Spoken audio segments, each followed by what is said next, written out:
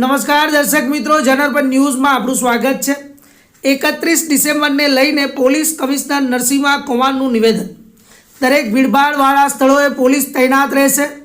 અસામાજિક તત્વો ઉજવણીમાં દાખલ ન કરે તે માટે પોલીસ સજ્જ રહેશે।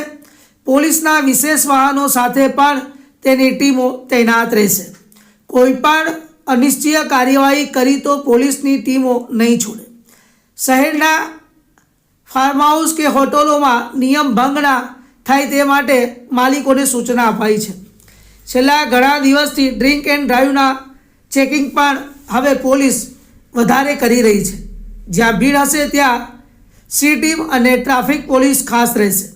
અવાવરૂ સ્થળોએ ચેકિંગ હાથ ધરાશે। અત્યાર સુધી શહેરમાં કોઈ ફાર્મ હાઉસ કે હોટલમાં ઉજવણી માટે મંજૂરી મંગાઈ નથી। આમ આ સમગ્ર મામલે વડોદરા શહેર પોલીસ કમિશનરે પોતાનું નિવેદન પણ આપ્યું હતું।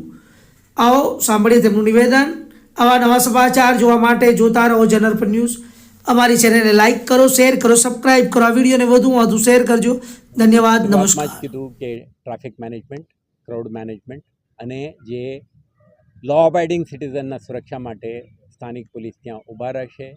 મોડી રાત્રે સુધી પણ આપણે હાજર રહીશું। દરેક નાગરિકના સુરક્ષા માટે જરૂરી આયોજનો શહેર પોલીસ દ્વારા કરવામાં આવશે।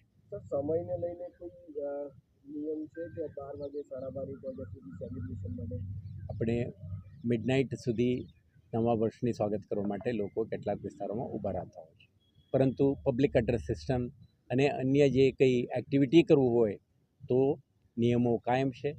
કાયદા આપણા જગ્યામાં છે જ, આના પાલન કરવું પડે અને નિયમાનુસાર જ સેલિબ્રેશન કરવા માટે દરેકને નશીલા પદાર્થોનું સેવન કરતા અને લોકોને શું મેસેજ બોલ દિયા ના। આપણે કોઈ પણ વિસ્તારમાં NDPSને લગત પ્રવૃત્તિ ના ચાલે તે માટે શહેર પોલીસ મહિનોથી એક સ્પેશિયલ ડ્રાઈવ ચલાવી રહ્યું છે। કેટલાક લોકોને આપણે કેસ કરીને જેલ ભેગા કર્યા।